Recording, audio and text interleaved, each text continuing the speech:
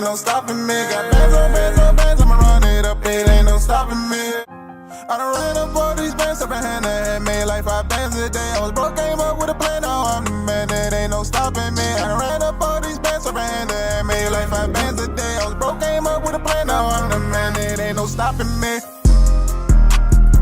It ain't no stopping me. Got bands on bands on bands, I'ma run it up, it ain't no stopping me. I was broke, came up with a plan, now I'm the man, it ain't no stopping me. Got bands on bands on bands, I'ma run it up, it ain't no stopping me.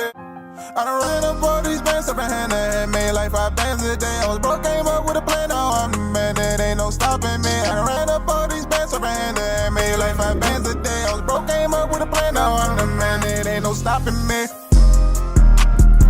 It ain't no stopping me. Got bands on bands on bands, I'ma run it up, it ain't no stopping me. I was broke, came up with a plan, now I'm the man. Hey, we are in here. What's going on, guys? What's going on? As you come into the room, be sure to do me a favor and hit the thumbs up button to support the channel, man. Cause it's free.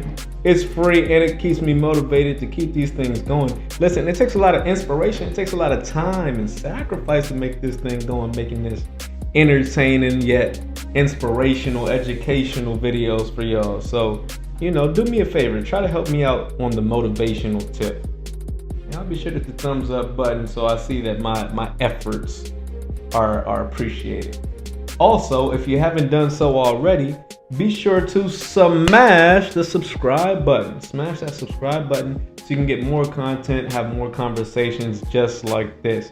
I appreciate everyone who tends to get active in the comments section. Y'all really keep me motivated as well. Everyone who jumps in the comments section telling me where we agree at or where y'all disagree at. Y'all give me a lot of ideas as far as new videos to make. Y'all give me an idea as far as topics to touch on while I'm here live. So I appreciate and I want to give a special round of applause to everyone who gets active in the comments section. I do appreciate y'all. So with that being said, now that we got the pleasantries out the way, let's go ahead and get into today's topic. Today we're talking about the Diddy case. We're talking about the Diddy trial, which is just beginning. Diddy has been indicted on a number of charges. They are using the Mann Act. The Mann Act was a law that was passed in order to stop the boxer Jack Johnson from smashing all those white women. They called it the white slavery laws. Actually interesting. So what we're going to do today, and this is a developing case, this is a developing situation that Diddy is facing. So what I'm going to do is I'm going to first break down the Mann Act and why that's, we're going to talk about why that's relevant to this situation. Then we're going to watch the prosecutor on Diddy's case explain to us the charges against Diddy. All right. And I haven't seen the full video of the prosecutor explaining the charges against Diddy. So right now I am not jumping out the window to defend Diddy. I don't fully know the charges. Right now, as of now, I do not fully know or understand the charges. So we're going to learn together. We're both going to watch the federal prosecutors announce the sex trafficking charges against Sean Diddy Combs. We want to watch it together. So, hey, you're coming into it just as blind as me. I'm not jumping out the window defending Diddy. But what I will say is the law that they're using to attack Diddy, the Mann Act, does have roots in racism. And we're going to break that down. And I also, just to give us some context here, I think this is important that we understand the Mann Act. And we have to understand that precedent is being set. Because you gotta understand, in recent times, within the last 5 years, we saw the Mann Act, aka the White Slavery Act, be used against R. Kelly. We saw R. Kelly get convicted of RICO. He was the only one. How do you have a conspiracy charge with no co-conspirators? That's first and foremost, because they hit R. Kelly with the same Mann Act, the same white slavery laws And we saw that R. Kelly is currently serving time in prison, not for molesting those underage girls, which was wrong, but for violating the Mann Act, which was transporting consenting females across state lines. Now, I'm not defending R. Kelly in this situation, but I'm saying that we can see the slippery slope here. I'm saying we need to observe and be cognizant. We need to be understanding and aware that there is a slippery slope of precedent being set here. See, when R. Kelly was hit with the Mann case, there wasn't a lot of pushback because we saw the videos of R. Kelly and Aaliyah. We saw the pee videos of R. Kelly peeing on underage girls. So when R. Kelly got hit with the Mann Act, hey, nobody's going to jump out the window to defend R. Kelly. You want to lock him up? He's done enough to these girls, to these underage children, that nobody's going to jump to his defense. Nobody's going to defend R. Kelly. That was step one. But now the step two on that slippery slope is you're coming after Diddy with those similar laws, the white slavery laws. But when you're dealing with Diddy, you're talking about consenting adults. From my understanding, and like I said, we're going to break down the federal prosecutor's announcement of the sex trafficking charges that they will be hosting against Diddy. But from my understanding to this point, there are no allegations of Diddy being involved with underage girls. That is not what's being alleged in these charges from my understanding at this point. So when we accepted the Mann Act, the white slavery laws being used against R. Kelly, fine. We say, hey, go ahead, lock him up. There was no pushback because R. Kelly was dealing with underage children, underage girls. But if Diddy is not dealing with underage girls, boys, whatever, if this is not a situation of a child diddler, if he's not dealing with underage people, if he is indeed dealing with consenting adults, then this is a dangerous precedent that is being set. Because we're seeing the Mann Act being used more and more regularly. If Diddy can be accused of, hey, you invited some girls down to Miami. You came from New York. You met up with some girls in Miami. Y'all had a party, and before they went home, you gave them a couple dollars so they could get on the flight, on the plane safely and get home safely. According to the Mann Act, you're crossing state lines with the intention of doing a quote unquote immoral act, which would be having a party with consenting women. And the fact that there was some money exchanged, and the fact that you gave this woman some money, you are now a criminal. You violated the white slavery laws. You violated the Mann Act. See, this is the precedent that is being set. This is the precedent that we have to be aware of. Right now, first it was R. Kelly. No one bats an eye. Now it's Sean Diddy.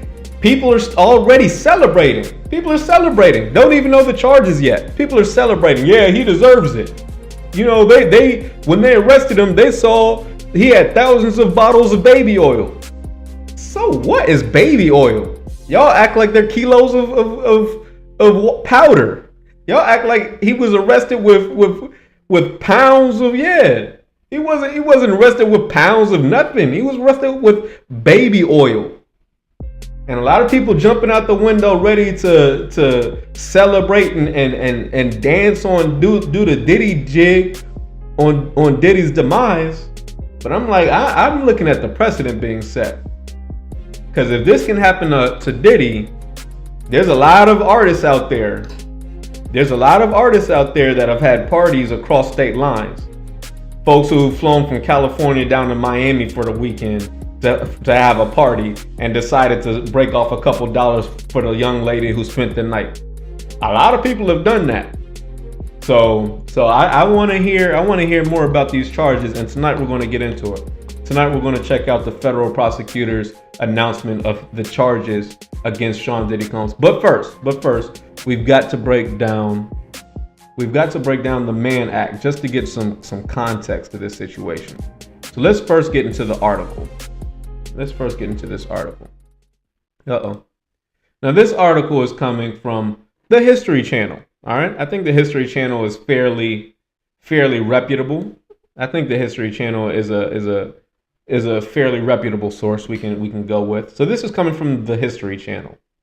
The white slavery law that brought down Jack Johnson is still in effect. This is coming from the History Channel. They call the Mann Act the white slavery law. Headlines read, the white slavery law that brought down Jack Johnson is still in effect. The Mann Act was designed to prevent human trafficking, but used to punish interracial relationships. This is the history behind the Mann Act. This is the same legislation that was used to bring down R. Kelly, the same laws that are used currently to bring down Sean Combs, Diddy.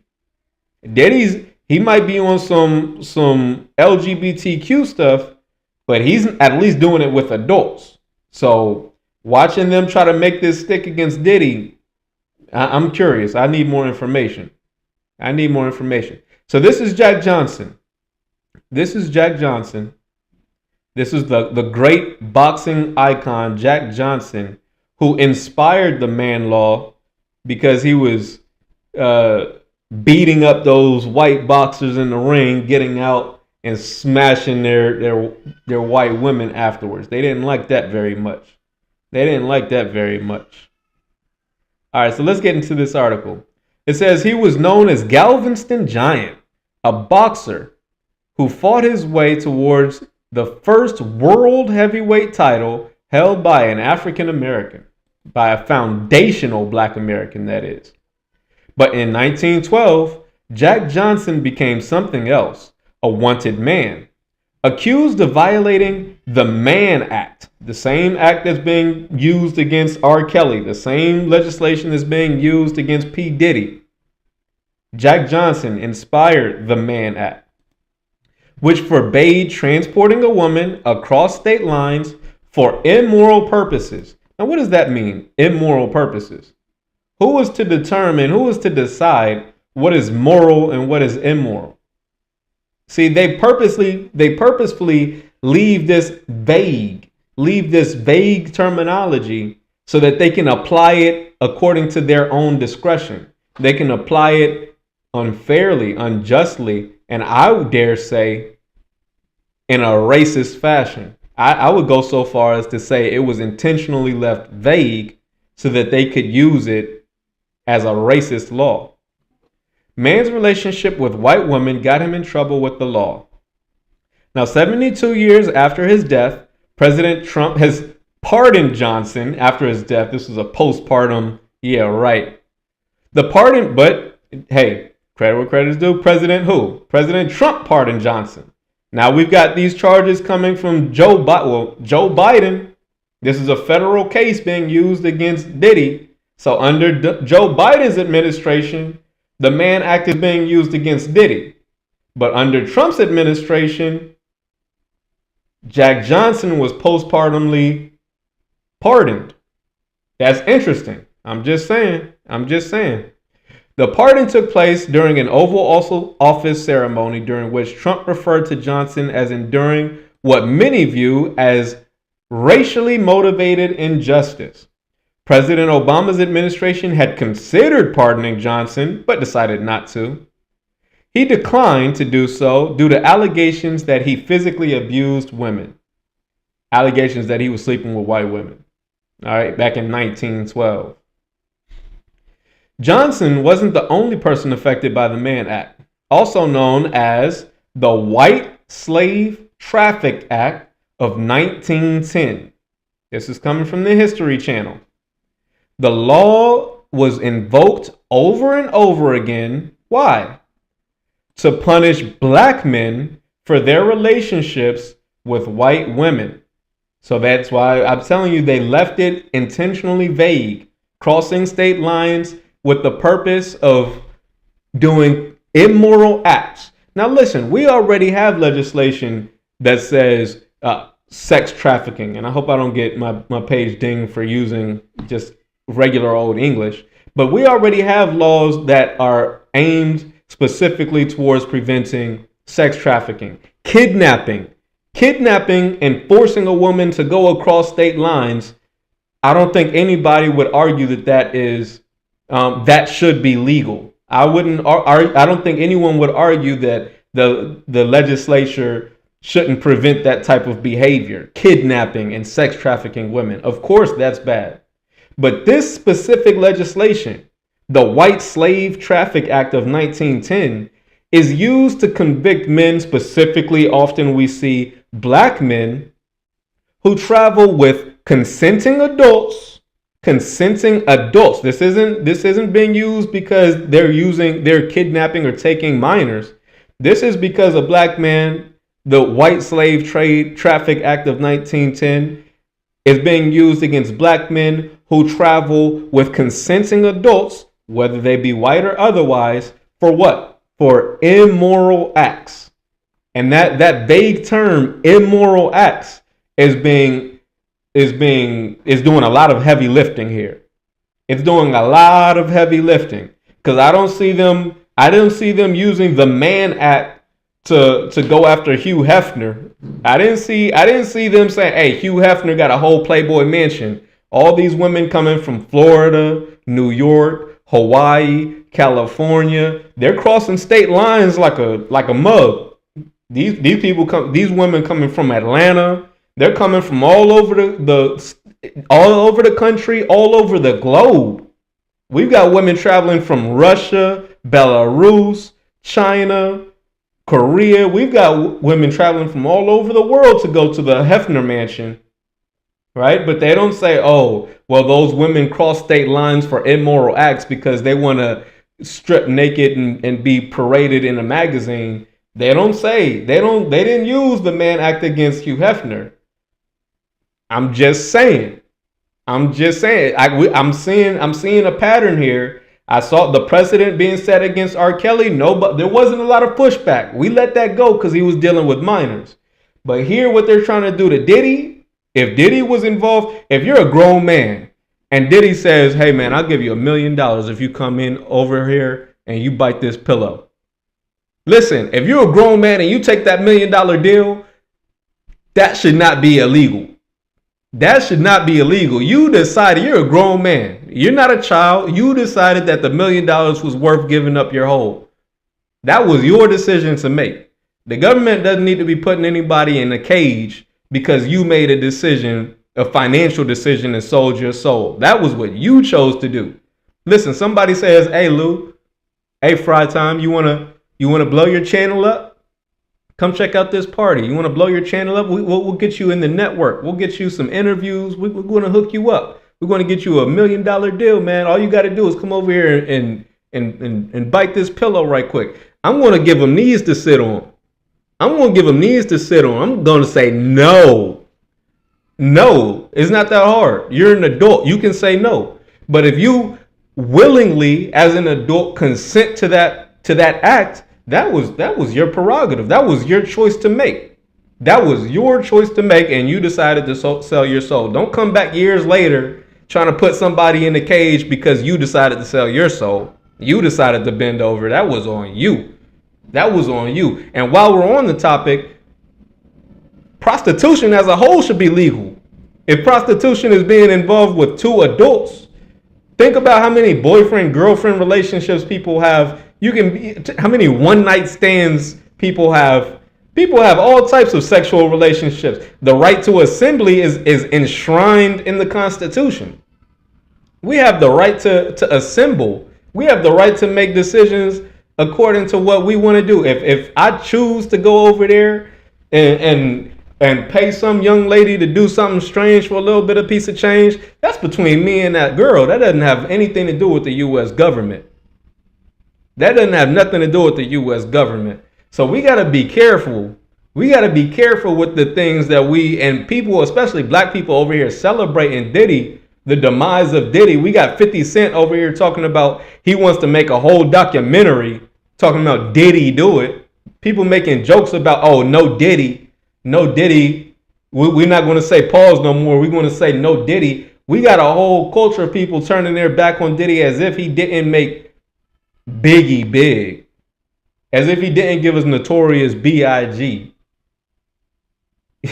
See, we just turn on our icons like it's nothing. We just throw our people to the wolves, man. Let me tell you.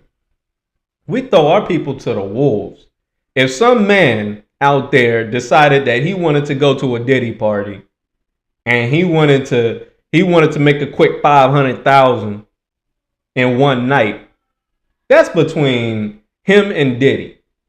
That's between him and Diddy. We don't need to set the precedent that anybody that we can just start locking up our moguls, our icons, our damn near billionaires because they want a party.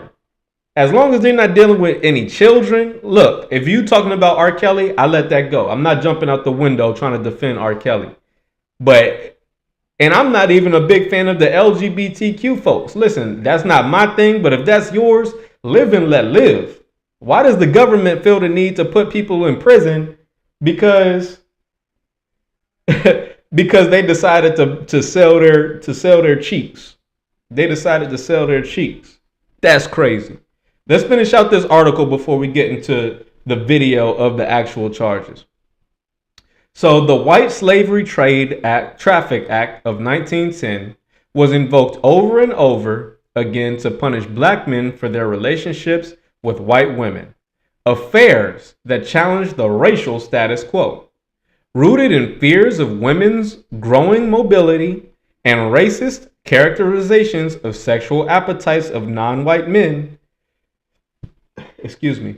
the law was designed to protect women against the supposed scourge of white slavery, a term used to refer to sex trafficking in the 20th century. So they put this scary name. Oh no, there's white slavery. Those white women, yeah, they're grown, they're in their 20s, they're in their 30s, but they didn't know what they're doing. That big, strong black man who took that woman to California, from Texas to California, he kidnapped her, even though she wanted to go with him. Even though she consented, she decided she wanted to ride shotgun and take her shirt off, and she was enjoying the ride. Oh, but that's white slavery. She can't consent. If he's black and she's white, she can't consent. They're crossing the state lines for immoral acts for the purpose of having sex on the beach. Crazy. And this is still in effect. And this is being used against Diddy as we speak. What's crazy to me is, where is the LGBTQ community? Where's the Rainbow Coalition? How come we don't see the Rainbow Coalition jumping out there trying to protect Diddy? The Rainbow Coalition's always supposed to be out there saying, hey, my body, my choice. We can party and have these parades where we're half naked with kids all around. But when Diddy has a party, now all of a sudden it's a problem. Interesting. All right. Fair enough. Well, without any further ado, like I said, I just wanted to give some context so that when we go into this viewing of the charges being aimed at Diddy, we'll have some context as far as the law and the precedent that is being set. All right, before we go into the clips, as always, I got to give a quick salute and shout out to Brandon Sophia. What's going on, Brandon? All right, you got some comments, getting active in the comment section as always. Let me check out Brandon Sophia's comments. Brandon says, P. Diddy finally earned his bars at Rikers. Hope he is ready for the stripes coming. Diddy used his swag to make his bag. Those racist relationship laws made many average black men martyrs, and most of not all are forgotten. This was all biblical, and no one took account. Now, like P. Diddy, it is better to be a fiend with dreams. Let me ask you this, Brandon. Why are you so happy that Diddy is going to prison? Diddy's locked up, right? What did Diddy do to you? What did Diddy do to you? What about this case?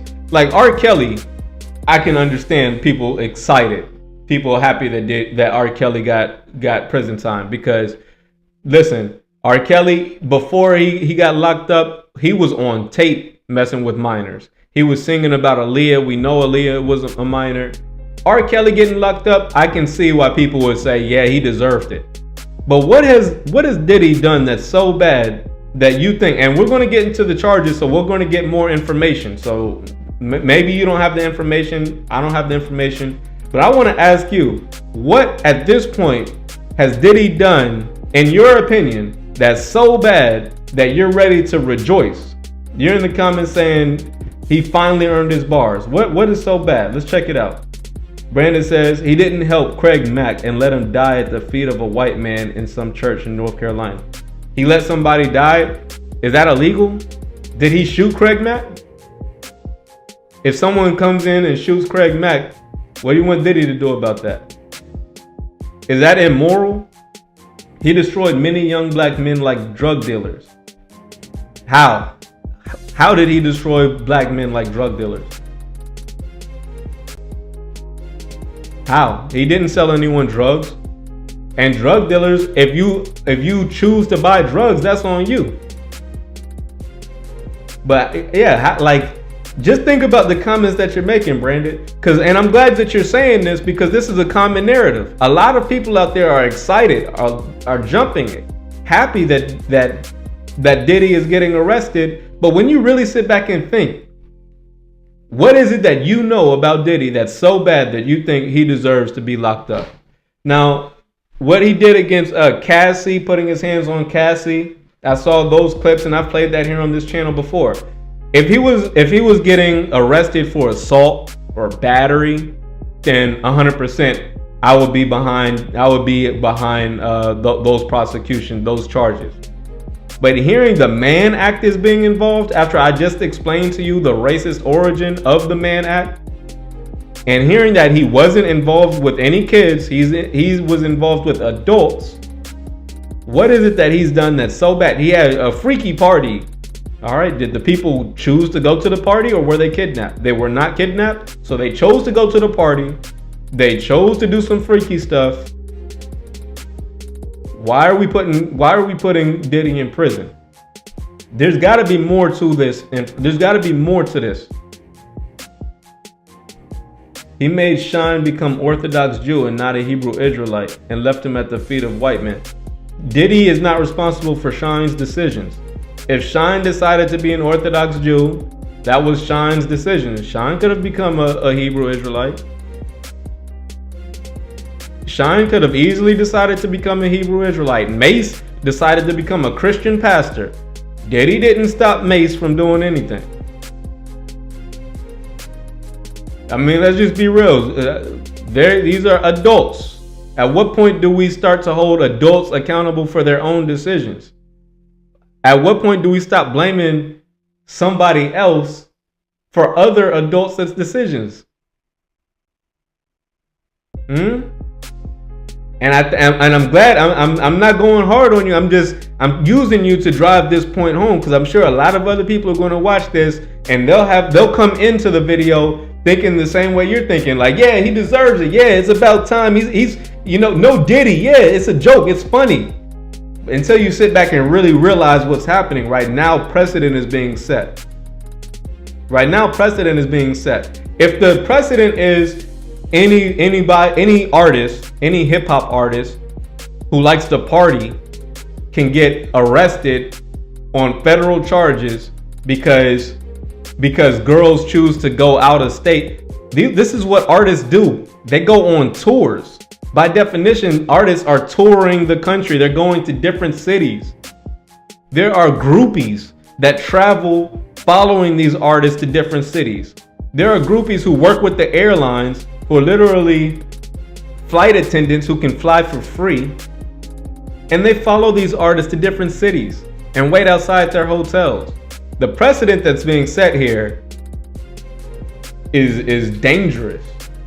It's dangerous. And there's a lot of black people celebrating about this. And I don't know. I need more information before I get hyped to see a black man locked up for some sex crimes, and the sex crimes don't involve children. There's pretty much nothing you can tell me about a sex crime unless children are involved. If it's adults involved, it's got to be kidnapping. If these people weren't getting kidnapped, then I don't know. All right, we're going to get into this clip. We're going to get into this clip. He promoted a false image to black youth. There's nothing false about his image. He made clothes. I used to wear Sean John. I had Sean John jeans. There's nothing false about his image. He was a music mogul. He dressed fly. He got money. He got girls. It sounds like he got dudes. Let him do his thing.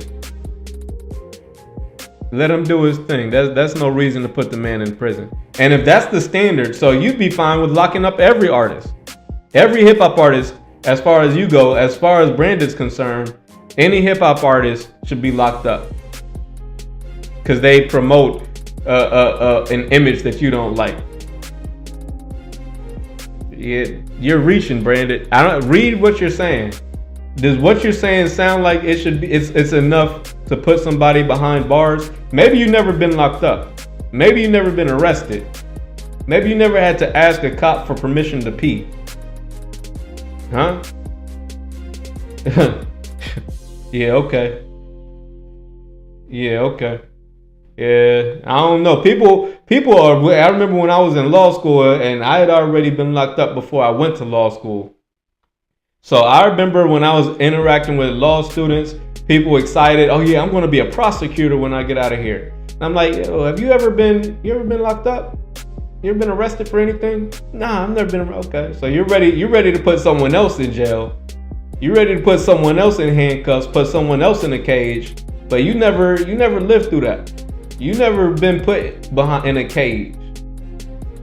You never seen them dirty drugs. You never seen them crusty peanut butter. Okay, all right.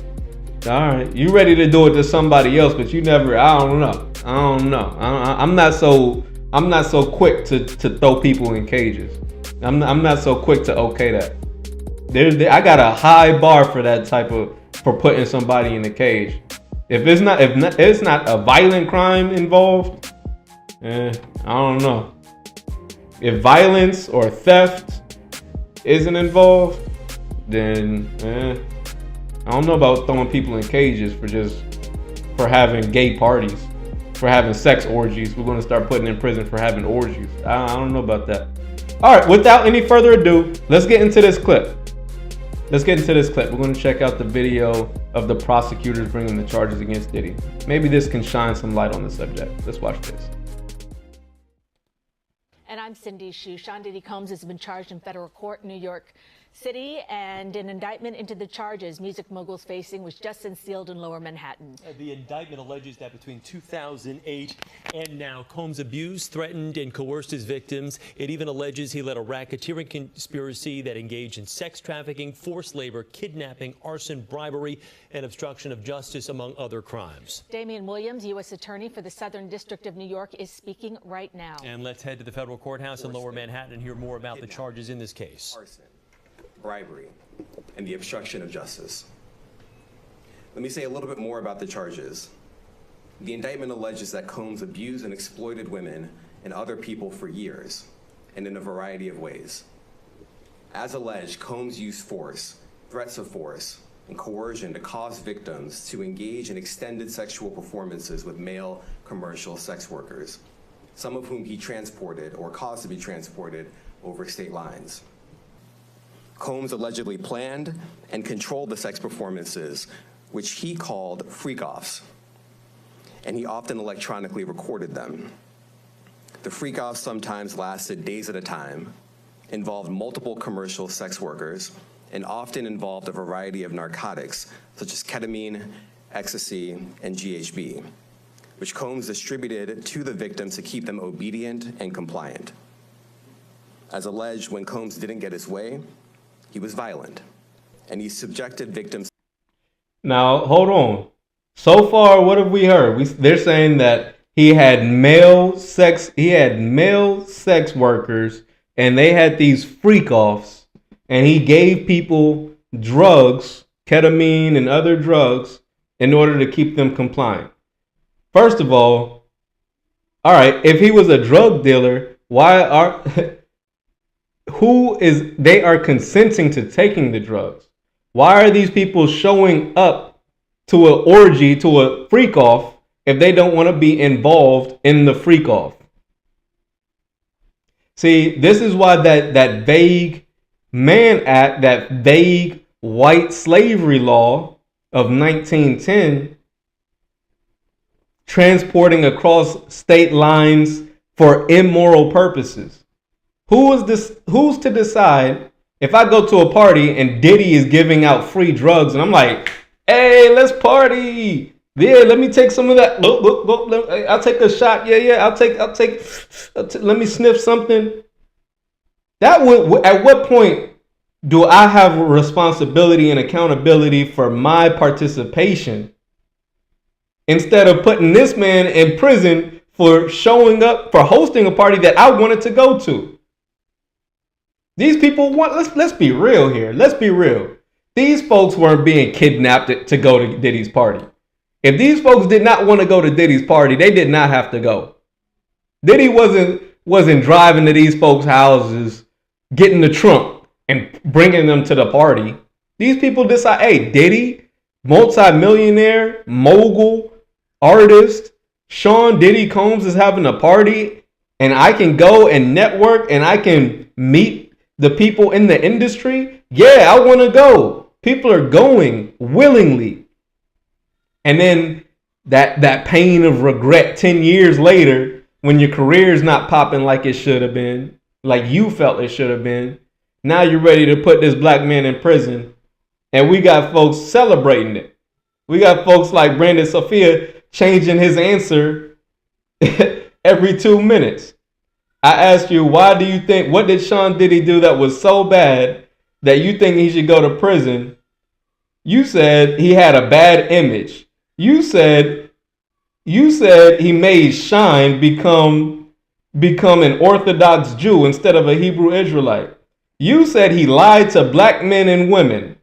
Now you say, see, I told you he's a drug dealer. You changing your answer, bro. Y'all are reaching. Any truth be told, any answer will do.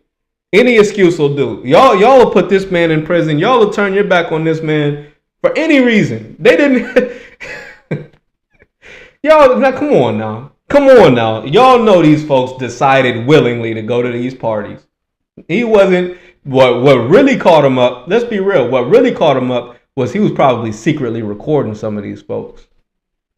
He's probably got dirt on a lot of people, a lot of other artists, a lot of politicians, a lot of actors, a lot of people in high places. He probably got dirt on them because he had these freak offs and he recorded them and he can use that as blackmail. Let's be real. And especially now they're denying him bail. He's trying to offer $500 million to go out on bail, and they're like, no, because we don't want you to have a mic. We don't want you to prejudice the jury. Y'all trying to shut this man up. You don't want him to prejudice the jury. You're trying to shut him up. Sorry, guys, I'm going through a little bit of a cold. Let me blow my nose. I'll be right back. Give me 1 second, guys.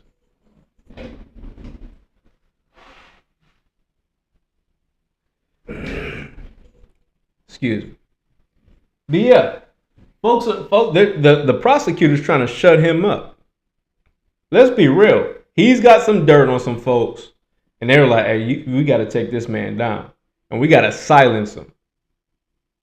But back to Brandon Sophia before we get back into the clip. Brandon says, he also left his victims to die on the streets after his escapades and would not look them up anymore.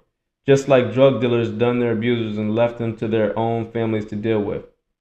He has no judges or lawyers compromised, though. I don't know that. How do you know that? You don't think he has any judges or lawyers that went to his party? I guarantee you he had lawyers that went to his party. I guarantee you there's some lawyers that went to Diddy parties. Come on now. He's over there working in New York. You're telling me there's no lawyers in New York that will want to go to a party with Diddy? None of them. You can't find one lawyer in the whole state of New York that wants to go to a Diddy party. Come on now. Come on now. You're just reaching. Well, that's okay. That's the problem with the black community, truth be told. We'll throw our people away for anything. We'll throw our people away for anything. We accept because I think it's because it's easier than we throw O.J. Simpson. People, O.J. Simpson did it. He didn't do it. Like we throw our people away for anything, knowing that the laws being used against this man is racist. Doesn't matter. He was accused of doing something. Yeah, that nagger probably did do it. Man, it's shameful the way we throw our people away. Terrible. Let's get back into this video. It's a physical, emotional, and verbal abuse so that they would participate in the freak-offs, and that Combs hit, kicked, threw objects at, and dragged victims, at times by their hair. On one occasion in March of 2016, that conduct was captured on video and later reported in the media. Specifically, Combs kicked, dragged, and threw a vase at a victim in a Los Angeles hotel when the victim was attempting to flee. As alleged, these assaults often resulted in injuries to the victims, which took days or weeks to heal. In addition to the violence, the indictment alleges that Combs threatened and coerced victims to get them to participate in the freak-offs. He used the embarrassing and sensitive recordings he made of the freak-offs as collateral against the victims. And the indictment alleges that he maintained control over the victims in several ways, including by giving them drugs, by giving See, that's what I'm saying. to take away He was financial recording support people. or housing. He was recording people and using that to blackmail folks. By monitoring their He was whereabouts blackmailing. and He even was by blackmailing a lot of dictating their folks. physical appearance. Like, let's say you go to one freak off, you get recorded, and then you're like, oh, I don't want to go back to those anymore. Oh, you're not going to go? Well, you know, I got this. Sorry, I didn't mean to talk over it. I didn't mean to talk over him. Sorry, I didn't know that was still playing. But yeah, he was recording folks. I didn't mean to talk over that, guys. But he was recording folks. You go to one freak off, you go party. All right, I'm gonna try something different. I'm on that ecstasy. I'm on that ketamine. I'm on that Molly. Let's try something. Let's do something freaky. I've never been to a Diddy party before. You wake up, Diddy sitting there next to you smiling. Oh yeah, Playboy. Oh yeah, Playboy. You got wild last night, Playboy. We're gonna do it again tonight. I'm like, oh man, I can't do it tonight, man. I'm so hungover, bro. I'm good, man. I'm gonna just go home. Go home. Well, let's watch this video before you go. Click. And now the DVD is playing on the big screen of you double dutching with sausages. With you double dutching with sausages, right? Right? Crazy. That's crazy. He maintained control over the victims in several ways, including by giving them drugs, by giving and threatening to take away financial support or housing, by promising them career opportunities, by monitoring their whereabouts, and even by dictating their physical appearance. Now, explain to me how choosing to take away, if I say, yeah, you can live in my house rent free, you can drive my Ferrari, my Porsche rent free, I'll give you a stipend of $20,000 a month for just spending change, and you say, okay, well, I don't want to go to your parties anymore, I think we should break up. All right, babe, well, I'm going to need the keys to that house back, I'm going to need the keys to that Porsche back. I'm going, that 20K, I'm going to cut off that stipend. He's like, oh, he's coercing me. He's forcing me. Listen, man, you're an adult. Do you want... See, and this is why. This is why. This is why. Because that man doesn't owe you a stipend, a monthly stipend. That man doesn't owe you rights to drive his cars or live in his house. If that man is deciding to bless you with some financial gains and he expects certain sexual favors from you, you either have the right to agree or disagree. You have the right to disagree or agree. Locking someone up 10 years after the fact because you decided to sell your soul. You decided to sell your soul and you regret it 10 years later. I don't believe in locking people up, putting people in prison for what consenting adults chose to do. Like I said, if I hear that some children are involved, okay, now we got a problem. But as long as he's dealing with these dudes, because let's be real, the problem isn't dudes, women, whatever. Dudes, women, whatever. If he's dealing with consenting adults, I don't want to hear coercion because he said he wouldn't give you $50,000 a month anymore. He said he wouldn't let you drive his Lamborghini if you broke up with him. Because that type of thing, you can use that against anyone. Just the average Joe. Just the average Joe who lets his girlfriend drive his car or stay at his house rent free. And then they break up and they say, hey, well, you got to move out. Oh, see, he was coercing me. He was coercing me. He made me stay with him because he said if I break up with him, if I don't have sex with him anymore, he's going to kick me out the house. Yeah. You either going to get with it or get away. You either get with it or get lost. See, this is why, and this is why, and these things are being so arbitrarily used. These type of laws are only being used against a specific type of person. See, and that's what I have a problem with. That's why I say we need to legalize prostitution. Legalize it. That's the easiest thing. You want to get rid of all this sex trafficking stuff? You want to get rid of these unfair prosecutions? Let's just legalize prostitution. Let's give people the freedom to either to consent and assemble according to their own desires. The government doesn't need to be telling people they can't have sex for money. What does the government have to do with that? If people choose to have sex, that's between them and whatever parties are involved. The government doesn't have nothing to do with people who choose to have sex and choose to give each other money. That should have no bearing in the government, in the eyes of the government. That has nothing to do with the government. And really, this should be, see, the Rainbow Coalition. They're so worried about the transformers in sports. What they really need to be focused on is these prostitution laws. Think about what's going to happen with the OnlyFans. You're telling me that all those OnlyFans videos, you're telling me that none of them cross state lines? Because the OnlyFans people, those OnlyFans models, they're getting paid.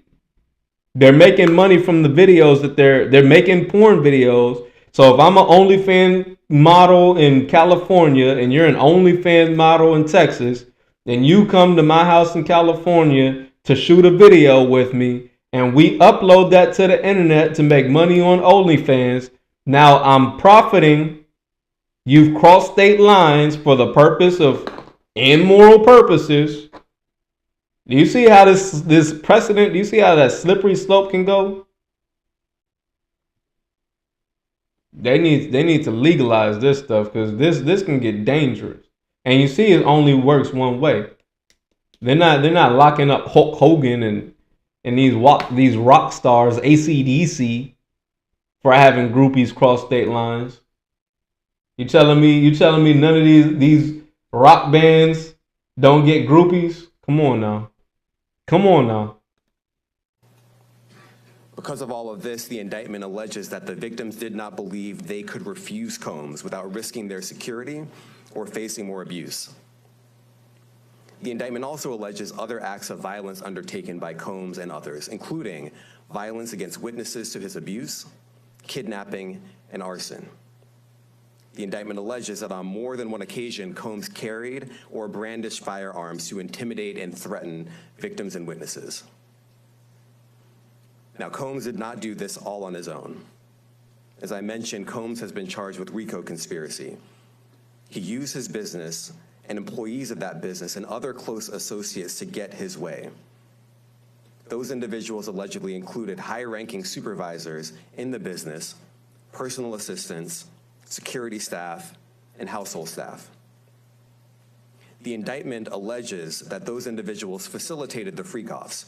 They booked the hotel rooms and stocked them with the supplies, including drugs, baby oil, personal lubricant, extra linens, and lighting. When the hotel rooms got damaged, they helped clean it up. They arranged for victims and commercial sex workers to travel for the freak-offs, and they delivered large quantities. Boy, that was Bussy Palooza. They brought their own baby oil. They got sheets. They got change of sheets. Boy, what you think was going? Man, that's one thing I never really understood about folks who do that sodomy stuff. Man, that's gotta be messy, dog. It's dookie everywhere.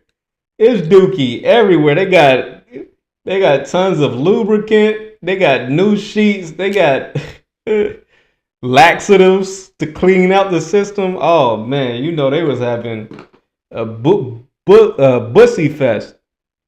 What's the dude from Florida who got caught having that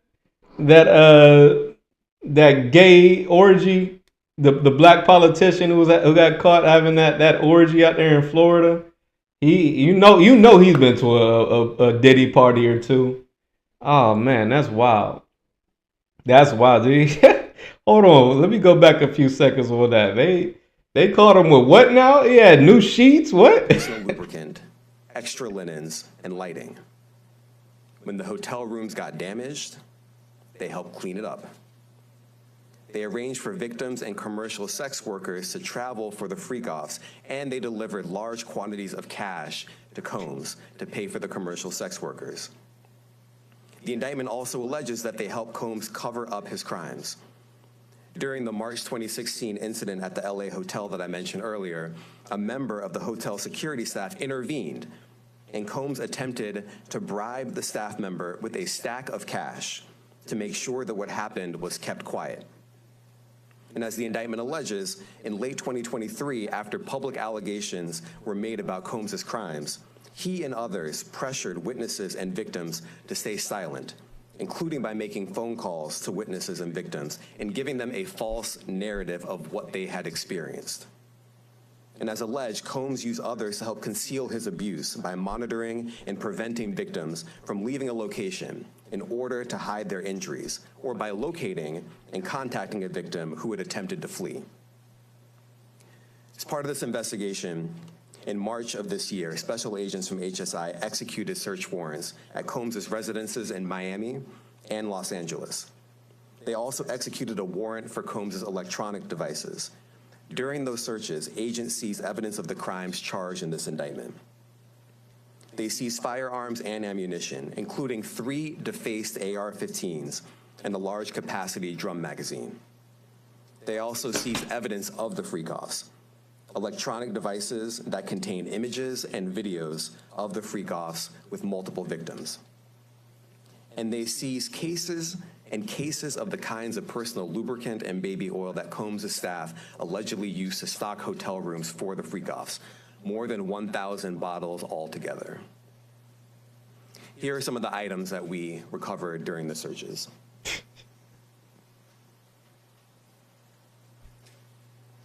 As you can see here, this is a drum magazine, large capacity, and it contains, I believe, 59 rounds. I mentioned as well, we recovered 3 AR-15s. This is a close-up shot of one of the AR-15s, and you can see right here, the serial number has been thoroughly defaced. Another picture of more ammunition and parts of 2 AR-15s right there. Now, I want to be clear about 2 things. First, This office is determined to investigate and prosecute anyone who engages in sex trafficking, no matter how powerful or wealthy or famous you may be. No one should doubt our commitment on that. A year ago, Sean Combs stood in Times Square and was handed a key to New York City. Today, he's been indicted and will face justice in the Southern District of New York. Second, we are not done. This investigation is ongoing, and I encourage anyone with information about this case to come forward and to do it quickly. Anyone with information can call 1-877-4HSI-TIP. Publishing books from home is one of the most... So you can see they're reaching out. Hey, anyone who used to party with Diddy, come forward now. You can get a piece of the civil suit. You can, oh, man. Like the prosecutor said, a year ago, he was getting the key to the city. And now they're arresting him for having parties they knew he was having the whole time. They knew that man was having parties. They try to show some guns like he's El Chapo. Listen, he's a mogul. He has security. If the weapons are filed off, what, you think Diddy was sitting there with a file trying to file off the serial number? No. He has security. Security did what they did. That's on security. When you talk about reasonable doubt, this is going to be an interesting case. This is going to be an interesting case. This is going to be a very interesting case. Because no kids are involved. You're talking about adults who chose to take drugs, who chose to party. I don't know. Brandon says rappers are not rapping about legalizing prostitution so they can hear the listeners rally with them. Rappers are entertainers, man. Rappers are just entertainers. The level of consciousness with most rappers these days is very low. I don't know what type of standard you're trying to hold the rappers to. The fact is people like me, people who, I'm not a rapper, but I'm a little politically aware. So it's people like me to address this as an issue, who have to bring this attention to the attention of the people. The fact that the White Slavery Act of 1910 is still being used in effect today. That's my job to educate and shine some light on that. I don't think we can hold rappers responsible because that's not their job. Brandon says he's going to jail for his lackey security guard members. Biggie died for Diddy's sins and now he can do the same for his entourage. Looks like he's going to jail. I'm not arguing that.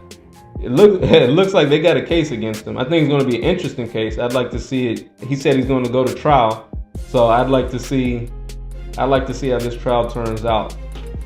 This will be an interesting case for sure. But if he goes to prison, it won't be because of his security guards. It'll be because of him. It'll be because of what he was doing. He can't blame that on the security. NYC mayor is not coming to his defense at all. Oh no, yeah. They're not going to. Like I said, it's nobody. Like, we just throw our people away. We throw our people away for anything. Like we don't defend our people. We don't defend our people. If you become successful, if you work hard, you become successful, you become rich and famous. If anyone alleges anything against you, your community is going to take it as gospel. Your community, your own people, your own black people are going to be celebrating, making jokes, talking about no Diddy. People are going to be laughing at you. Your own people. People who would be bumping your music. The same people who know all the words to Juicy. It was all a dream. I used to read Word Up magazine. Salt and Pepper and Heavy D up in the limousine. People be in the club singing Juicy, dancing to Diddy's music. Hear any allegation against them, and then the same people reciting his lyrics line for line will be dancing and rejoicing at the fact that the man might be going to prison, knowing nothing about it. And then when you ask them, hey, why are you happy that this black man's going to prison? This successful icon is going to prison. Why are you happy about that? Well, you know, he had a bad image. What? Yeah, he was lying to black people. He was lying to black men and women, so he deserves to go to prison. What? So you just throw this man in the prison. You put this man behind bars for anything, huh? All right. That's people's real answer. That just any reason will do. Any reason at all will do. Kobe Bryant got out of his sexual charges and returned to greatness, but not Diddy.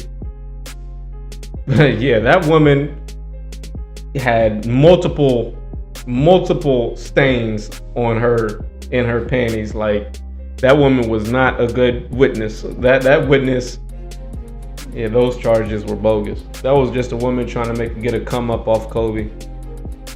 So yeah, people were not going to take that woman's word over Kobe's. Nope. But Diddy, that's the problem with being single.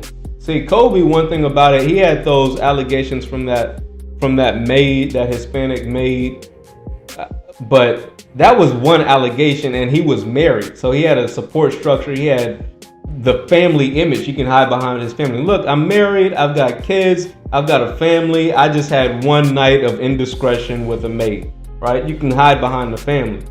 But Diddy, he doesn't have that family. He doesn't have that history of being married, having the structure of a witness who's at home, being your wife, in your corner. He doesn't have that. So in the industry, whether it be music or movies, if you're in the entertainment industry and you're not married, especially if you're a heterosexual black man in the entertainment industry, people will not have your back. It is hard if you're a heterosexual black man in the entertainment industry. Any sexual allegations can ruin your career. Seriously. We saw Jonathan Majors run away from a white woman and get locked up, get arrested for assaulting her. He's on camera running full speed ahead. Running. We're talking about trying to get away, fleeing the scene. We see this black man running, and we see the white woman chasing after him. And then he gets arrested. The man who's running away, he gets arrested. Yeah, if you're unmarried in the entertainment industry and you're a heterosexual black man, good luck. Let's get back into this announcement from the federal prosecutors concerning the charges against Diddy.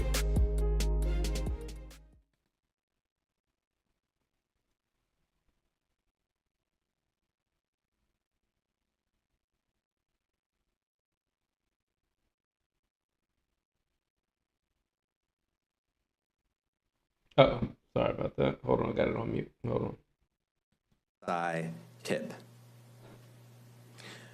I want to express my deep appreciation for the victims and witnesses who have used their voices and helped bring this criminal conduct to light.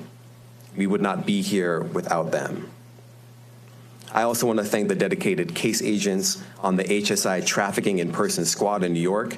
They have been with us since day one and have worked tirelessly on this investigation. They will continue to be invaluable partners to us. I also want to thank the incredible agents and analysts from SDNY who have also provided tremendous assistance on this case.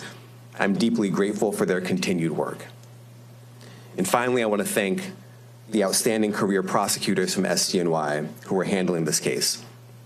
Meredith Foster, Emily Johnson, Chrissy Slavic, Madison Smizer, and Mitzi Steiner, and their supervisors, Jamie Backleepter and Jacqueline Kelly. They are members of the Civil Rights Unit in our criminal division. We created the Civil Rights Unit when I became U.S. Attorney. I'm deeply proud of their work on this and so many other cases. I'll now take some questions. Aaron Katursky, ABC. Thanks, Nick. Damian, thanks. The indictment describes aggressive, open, violent, hedonistic abuse that you say was recurrent and widely known. Why did it take law enforcement so long to intervene? How many women were victimized by Sean Combs, and how many others were involved? Look, our investigation is ongoing. We are committed to bringing justice to everyone who's been victimized by the defendant. I can't tell you why it took so long. I think the better focus is on the fact that we are here today. And we are committed to making sure that justice is done. Next question. Thank you. Julia Ainsley, NBC. Thank you for doing this. You said we are not done and that Combs did not do this alone. Do you foresee that there could be other charges related to this case? I'm not taking anything off the table. Janet Fisher, Newsday. Yeah. What's the difference between the sex trafficking and promoting travel for the purpose of prostitution? Well, there are different crimes with different elements. I don't think we should get into the nitty-gritty of the legal discussion right now, but the sex trafficking, we believe, they're all serious offenses, but the sex trafficking conduct carries some significant penalties, and we are gratified that we were able to bring that charge. Is one more coercive than the other? I'm not going to be able to get into that, but you can look it up, and yes, sex trafficking, especially when it involves coercion or force, is a very... See, they're going to overcharge him so that he'll plea down. They put some charges on him. They put some charges on him to overcharge him so he'll plea down. He's not getting in there for sex trafficking, so we'll throw that on him, and then he'll plea that away. And instead take the crossing state lines, like I said, the Mann Act, crossing state line for immoral purposes. That's what that is. Serious crime, and it carries significant penalties. Good afternoon, Darla Miles, ABC 7 New York. Thank you for this press conference and for the details. 2 questions. In context of this indictment and the information that was presented to the grand jury, are you able to clarify the number of victims? It's mentioned plural in the indictment, but can you specify the number of victims just for this particular indictment? And secondly, can you provide details about the alleged arson? Unfortunately, I'm not able to provide either. The number of victims, you are correct. We are intentional in saying multiple. The details of the arson incident are limited to what we have in the indictment and also the detention letter that we filed, which contains more details than the indictment does at various points, but we don't have anything more beyond that. Next question. Lynn Tran, CNN. Are any of his accomplices or associates under investigation? And additionally, could he face any more charges? So the investigation is ongoing. That means both as to him and to any... Hold on, I got to pause it here too. Now this is interesting because when asked about who are the victims, how many victims do you have? Oh, well, we can't talk about how many victims you are. So you have a right to face your accuser. What they're going to do, they're going to pull any, and that's why earlier in his announcement, he's saying anyone who has any information or who was involved in Diddy, we're asking you to step forward. They're looking to just pile on. They're not looking for people who were legitimately harmed. They're asking 10 years ago, 20 years ago, did you go to a Diddy party? Oh yeah, raise your hand. You can get involved in this this case. You went to a Diddy party 20 years ago. And then on the back end, you can take part in the class action lawsuit. You can sue them on the civil suit. Maybe you can get some money out of them. If you went to they're calling not for people who were hurt. They're calling for people who want to come up. And it's interesting when he said, who were the victims? How many victims do you have that are alleging these crimes against them? Oh, well, we don't want to mention that at this time. Why not say, hey, we have 5 victims, 10 victims, 25 victims of people who were forced against their will. See, this is going to be an interesting case. This is going to be taking some time. I'm going to stay up on this one. Some interesting cases. See, the case against what's his name, who's locked up now for shooting Meg Thee Stallion, Tory Lanez. On that case, I said Tory Lanez did it. I heard the apology when he called from jail and he was like, hey man, you know, I was just so drunk. I shouldn't have done that. I know my apology is not enough. I was like, oh yeah, dude's guilty. I'm fair. I'm not. A lot of people were defending Tory Lanez, saying, "Oh, Meg Thee Stallion, she's a liar. She changed her answer." I'm like, no, this is a fair case. Tory Lanez shot that woman, and he deserves to go to prison. I'm not trying to keep people out of prison for no reason. R. Kelly, the Mann Act was used against R. Kelly. Although the Mann Act is a racist law in and of itself, I know his history dealing with underage girls. I'm like, no, R. Kelly, he deserves to go to prison. There's enough there. This situation where there's no allegations from underage, this is not a situation where he's dealing with kids. This is a situation where consenting adults decided that they were going to do some freaky stuff with Diddy for money, and then 10 years, 20 years later, they regret it. They sold their souls to the devil, and then they regret it 10, 20 years later. This is a money grab. I'm not so quick to throw Diddy out with the bathwater. I'm not so quick to throw Diddy under the table on this one. This one and the precedent that is being set could be applied to just about any artist, any hip hop artist, any musician who travels, any musician. My cousin is a drummer. He goes on tour, meaning he's in Canada 1 week, then DC, then New York, then California. Any artist who travels, you got to be super careful with the precedent that they're trying to set. Because if a woman comes to visit you while you're on tour, she travels to a different city and y'all have sex in that city, and you give her a couple dollars before she makes her way back home, you are on the hook. You are liable to be charged with the Mann Act, the White Slavery Act of 1910. This is very dangerous precedent that is being set here.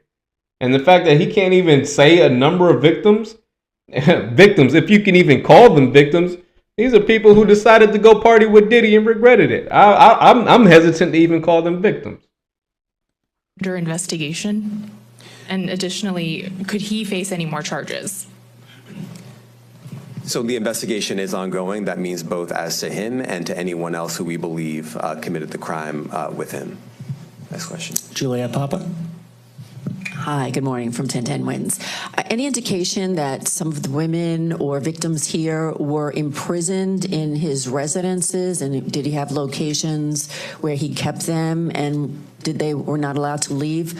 And also, he's indicted here, although there were searches and raids in LA, Miami. Why in New York? Well, I'm biased. I'm the U.S. Attorney in the Southern District of New York. I think that we have an outstanding track record of bringing some of the most impactful, sprawling, complex, difficult sex trafficking, human trafficking, labor trafficking, you name it. The Southern District of New York can do it, and so we're very proud of that. And so the scope and complexity of this investigation isn't something that we ran from. It's something that we embrace, and we will continue to do that. As to your question about whether he imprisoned anyone, all I can say is that, I mentioned this March 2016 incident where something was caught on video where a victim was attempting to flee, and there was violence that was associated with it. Was that at the residence or a hotel? That was at a hotel. Matthew Lee, Inner City Press. Sure. Thanks a lot. Does your office intend to seek remand, or are you reaching a bail package? And if you're willing, how would you contrast this with the R. Kelly case in EDNY in terms of the elements? Thanks. So we will be seeking detention. We have filed a letter laying out our reasoning for seeking pretrial detention. I'm not going to be able to expand beyond what's in the letter, but it contains all of the reasoning, and it contains the law as well. There is a presumption of detention in a case like this, and we think that's warranted. Thank you. John Anise, New York Daily News. Thank you. I was hoping to get some more detail about the searches of his residence, the guns, the cases of lubricant, and the videos. Where were they found amongst his residents? Were they all scattered around the houses in one place. I kind of wanted to just get a better picture of how that stuff was found. Well, look, I think that some of the details that you're seeking are in the detention letter. So, for instance, some of the AR-15s, 2 of the 3 defaced AR-15s were found in his bedroom closet in Miami, broken down into parts along with magazines with ammunition loaded in them. So some of that detail is in the detention letter. Beyond that, I'm not going to be able to get into where other items were stored. Ben Kochman, Post. Hey, thanks for doing this. Your office was the office that had been prosecuting Jeffrey Epstein before he died in custody. I have not read your detention memo yet. It's the first thing I'm going to do after this ends. But does the memo address, or is your office concerned with Combs's safety in custody, given what happened with Epstein? So we are concerned with anyone's safety whenever they are detained prior to trial. It's part of our obligations to keep people safe as well. It's part of the criminal justice system. So, but I do not draw any sort of connection between Jeffrey Epstein's suicide and what may or may not happen to any other defendant while they are detained pretrial. And of course, the decision whether to detain the defendant will be up to a judge. Our position is that pretrial detention is warranted under the law and based on the facts of this case. And I'll leave it at that. Now that was an interesting question, because they're still calling that Jeffrey Epstein situation a suicide. Notice he said there's no difference between Jeffrey Epstein's suicide. He made sure to mention that that was a suicide. And I don't know if I'm supposed to say that word on YouTube. Self-deletion, right? So he mentions that. He mentions that. But there's a lot of people who are like, no, me included. I don't believe that that was a self-deletion. I believe that Jeffrey Epstein was taken out. That was a hit. It wasn't a situation where the cameras just all of a sudden, for no apparent reason, stopped working, and the security guard it was way too convenient, way too perfect storm. There was way too many things. This was a hit because Jeffrey Epstein had information on a lot of powerful people like Bill Clinton, like Bill Gates. There was a lot of powerful people who could have been indicted along with that Jeffrey Epstein list that they're still trying to cover up. So that was a hit against Jeffrey Epstein. And the reporter asking, hey, are there any concerns about Diddy's safety? Because Diddy has a lot of videos and blackmail, is able to blackmail a lot of politicians and powerful people. Are there any concerns about Diddy and his safety? Oh, well, we have concerns about everybody in custody, every inmate's health. Like, no. See, we're asking specifically about Diddy, and I think that is a legitimate concern. We got to be cognizant. We got to be following this case. We need to follow this scenario. We need to follow this situation, because I think Diddy is on the chopping block. There's some powerful people aiming at Diddy right now. Shout out to Brandon. Brandon says he embraced the New York City mayor who was proud to promote the city to Diddy. Well, R. Kelly and Diddy was played in many backyard barbecues this summer. I guess he made many people's day, but that doesn't mean he's innocent. Said, I was a victim of listening to his music while eating some barbecue. That's pretty funny. I was a victim listening to Diddy's music. P. Diddy made his own industry and embarrassment from that video footage. You got jokes. Brandon got some jokes. He made many believe he was an upfront guy like Spike Lee that went to basketball games and showed off their dates, but he was more notorious than Biggie. Yeah, he's a freaky guy. He's a freaky boy. He's a freaky boy. But you got to be careful.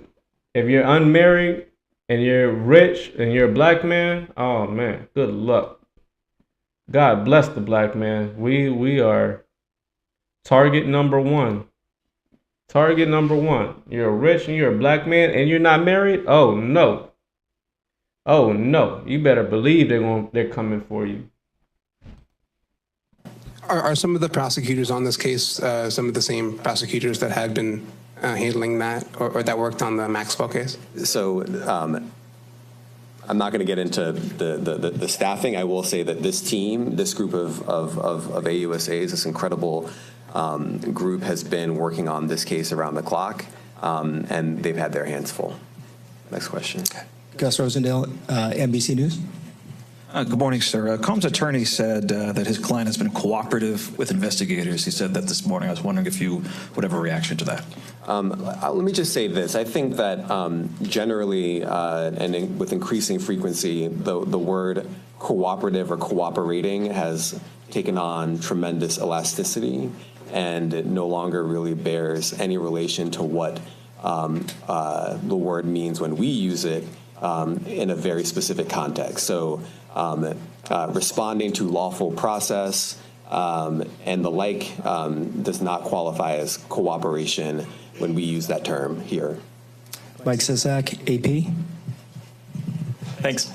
To that end, was there any discussion of Mr. Combs surrendering? I understand he was taken into custody at a hotel in Manhattan last night, and maybe that wasn't the plan. Can you elaborate on how that came about and why that was? I'm not going to be able to get into any sort of operational details as to how he was taken into custody and when. He is in custody right now. He will be appearing in court later today. Was there any discussion of him surrendering, given they claim he's cooperating? I'm not going to be able to get into law enforcement tactics or operations. You make a big deal of the guns, but how come they're not charged outright or with obliterating serial numbers? Well, I can't get into the charging decision. It is very meaningful to us that weapons were possessed, as we allege in the indictment. Part of the reason why this conduct was so pervasive and harmful was because victims and others didn't necessarily feel comfortable denying him his wishes, as we allege, because of the presence of firearms. I should leave it there. Thanks. Last question, Jacob Shamison. Jacob Shamsian, Business Insider. Thank you. Given that he's the sole defendant in this case and that you allege he's part of a conspiracy that involves members of his companies, do you anticipate a superseding indictment that bring allegations against other members of his companies or other co-conspirators as well? Again, I can't take anything off the table. Anything is possible. Our investigation is very active and ongoing. And I think a lot of you who cover this office know that when we say such things, that developments are certainly foreseeable, but I cannot predict them sitting here today. All right, thank you, everyone. Thank you. All right, you've been listening to the U.S. District Attorney for the... All right, so we've heard his announcement. Did you hear the last question? So you're saying this was a RICO charge, a conspiracy charge, but he's the sole defendant? Why if there was a conspiracy, why is no one else being charged as part of the conspiracy? Same as R. Kelly. They're using these vague charges. They're using these vague laws like the White Slavery Act of 1910. And they're using it to target us. They're using it, make no mistake about it. These type of charges aren't going towards anybody but us, black men. God bless the black man, because our people are ready to throw us away for anything. And the enemy is ready to attack us for anything. We getting it from the front and the back. Man, God bless the black man.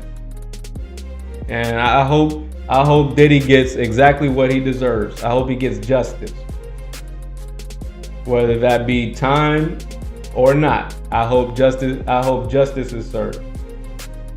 And not arbitrary target Not arbitrary targeting, but justice. All right. Let's finish out with some comments before we get out of here. Let me finish up some comments. Shout out and salute to Brandon Sophia. Brandon says, didn't P. Diddy own a liquor company and has a liquor license but still peddles drug on the side? Diddy does own Ciroc. I think you're talking about Ciroc was his liquor company. And he's not peddling drugs. If you go to a Diddy party and you want to take some drugs, he probably has some drugs for you. It's a party. The fact that he's providing party favors for the people who chose to attend his party, that's not the same as drug dealing.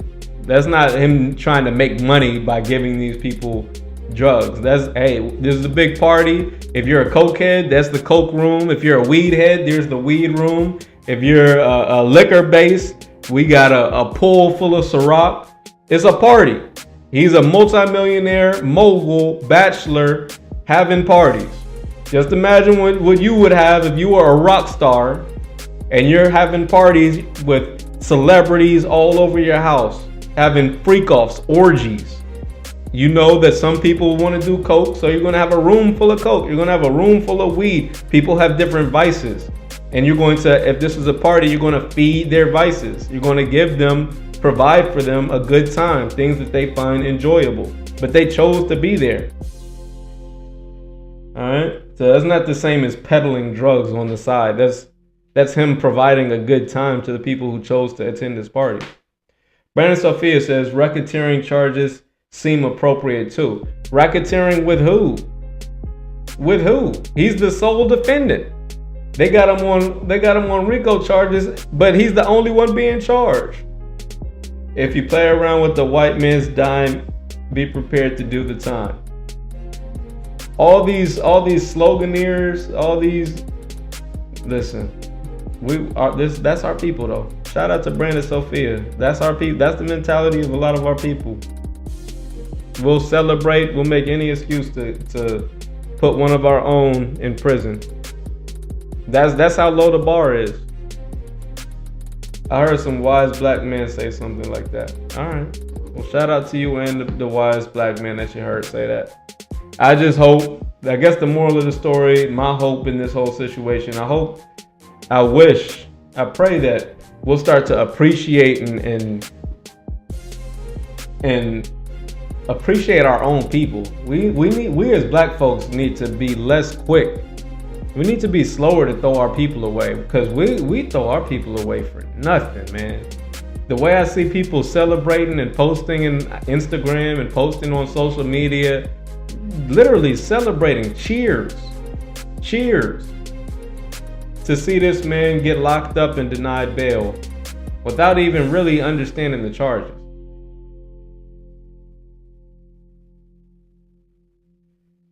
We'll see. I'm gonna keep an eye on this case, and I'll be reporting back to y'all as updates in the case go down.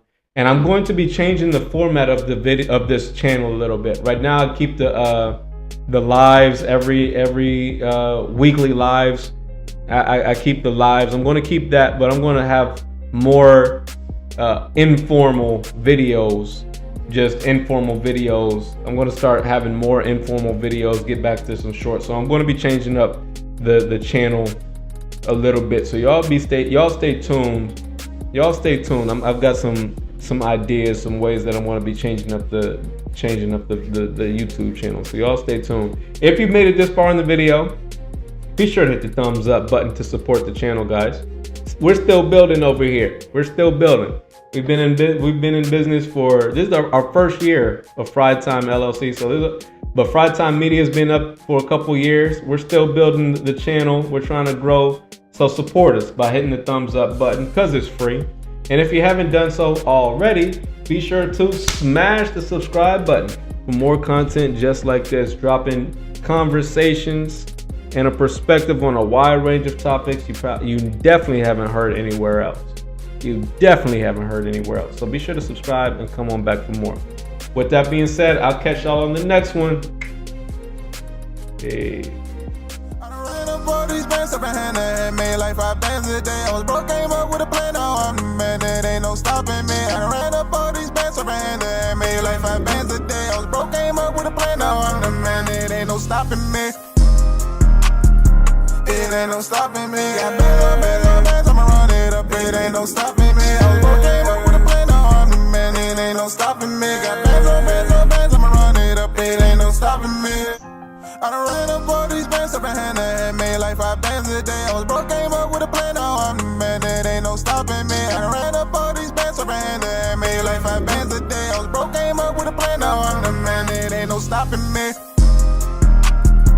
It ain't no stopping me. Got bands, I'ma run it up, it ain't no stopping me.